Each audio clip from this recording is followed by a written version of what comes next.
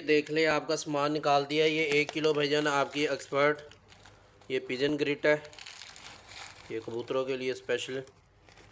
और दो भाईजान आपके ये कैल्शियम है, 2 राइज़ा आपके एंटीबायोटिक, एक एग्नास है जो आपके मेल अनफर्टाइल जा रहे हैं या ब्रीड वगैरह ठीक नहीं कर रहे, अंडे फर्टाइल नहीं कर रहे, उसके लिए काफ़ी अच्छी मेडिसन है।